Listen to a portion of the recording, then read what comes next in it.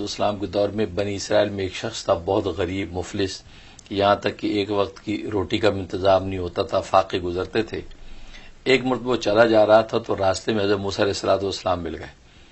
اب انہیں دیکھا یہ تو پیغمبر ہیں، اللہ کے کلیم ہیں، اللہ سے ہم کلام ہوتے ہیں، تو اس نے درخواست کی کہ آپ اللہ کے یہاں جا رہے ہیں ہم کلام ہونے، تو میری ایک فریاد اللہ کے دربار میں رکھ دیں، وہ یہ کہ اللہ نے میری تقدیر میں جتنا رزق لکھ رکھا ہے وہ سارا اکٹھا ہی دے دے مجھے۔ اچھا، اس لیے کہ میں تو روز فاقے سے گزرتا ہوں، کبھی روٹی ملتی کبھی نہیں، تو ایک دفعہ اکٹھا مجھے مل جائے تو بس جی بھر کے کھا لوں، بس وہ ایک تمنا پوری ہو جائے، پھر آگے جیسے زندگی گزرے، یہ آپ کروا دیجیے۔ تو حضرت موسیٰ علیہ السلام اللہ کے سے ہم کلام ہوئے، تو یہ فریاد اس کی رکھی تو اللہ تبارک و تعالی نے قبول فرما لی، اور چند بکریاں اور کچھ گندم کی بوریاں، اناج، یہ اس کے حوالے کر دیا گیا کہ یہ تمہارا مقدر رزق ہے، یہ تمہارے سپرد۔ اچھا، اس کے بعد بات آئی گئی ہو گئی۔ حضرت موسیٰ علیہ السلام کو 1 سال کے بعد یاد آیا کہ یار وہ ایک آدمی نے یہ کیا تھا اور اس کو یہ رزق مقدر مل گیا تھا، تو اس کے بعد پتہ نہیں کیا ہوا، جب وہ کھا چکا ہوگا تو پھر کیا ہو رہا ہوگا۔ تو حضرت موسیٰ کو تجسس ہوا، آپ اسی جھونپڑے کی طرف گئے جہاں جس جھونپڑے کے پاس وہ ملا تھا، تو وہاں جب گئے تو وہاں تو ایک بڑا عظیم شان محل ہے، وہاں کوئی جھونپڑا نہیں ہے، بڑے حیران، محل کا دروازہ بڑا دروازہ، اندر دیکھا مہمان ہیں، دسترخوان لگے ہوئے ہیں، لوگ کھا رہے ہیں پی رہے ہیں، آگے بڑھ کے دیکھا تو مین شاہی تخت پہ وہی شخص بیٹھا، اچھا، وہ جناب شاہی لباس پہنا ہوا ہے، اور مہمان اس کے دوست احباب کھا پی رہے ہیں۔ بڑے حیران ہو کہ یا اللہ یہ وہی آدمی ہے، اس کو مقدر رزق تو چند بوریاں اور چند بکریاں تھی، یہ کیا ہو رہا ہے؟ فوراً اللہ سے ہم کلام رب ذوالجلال، یہ کیا ماجرا ہے؟ اس کا مقدر رزق تو مل گیا تھا اور یہ آدمی آج تو یہ شاہی خزانے لے کے بیٹھا۔ تو اللہ تبارک و تعالیٰ نے فرمایا کہ اصل میں اس نے میرے ساتھ تجارت کی تھی،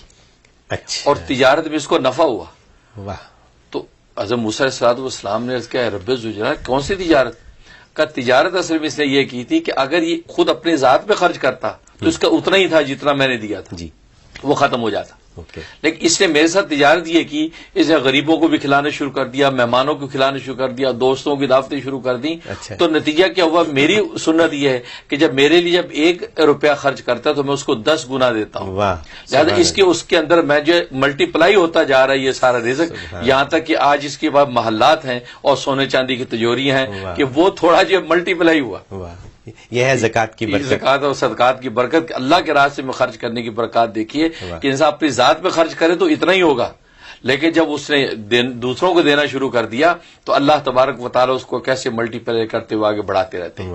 بلکہ میں تو کہا کرتا ہوں یہ بالکل کامن سینس ہے کہ ایک دانہ اگر ہے گندم کا، اگر آپ اس کو چبا کے کھا لیں تو ختم ہو گیا، اسی دانے کو زمین میں آپ دفنا دیں تو وہ 100 دانے اگا دیتا ہے۔ ایسی بات صحیح ہے، بالکل ٹھیک ہے نا، بالکل۔ تو زمین کے اندر اللہ نے وہ زرخیزی رکھی ہے کہ ایک بیج آپ بو دیں تو وہ 100 بیج بوتا ہے، آگے پورا تناور درخت بن کے سینکڑوں آم اس پہ لگتے ہیں، لیکن اگر ایک آم آپ نے کھا لیا تو ختم ہو گیا۔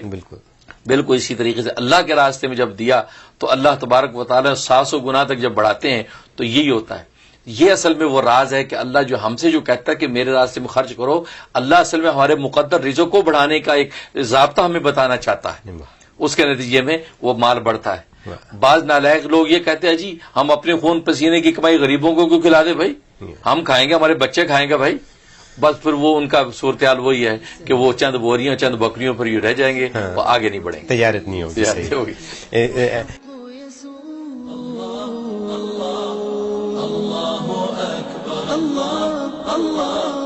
اللہ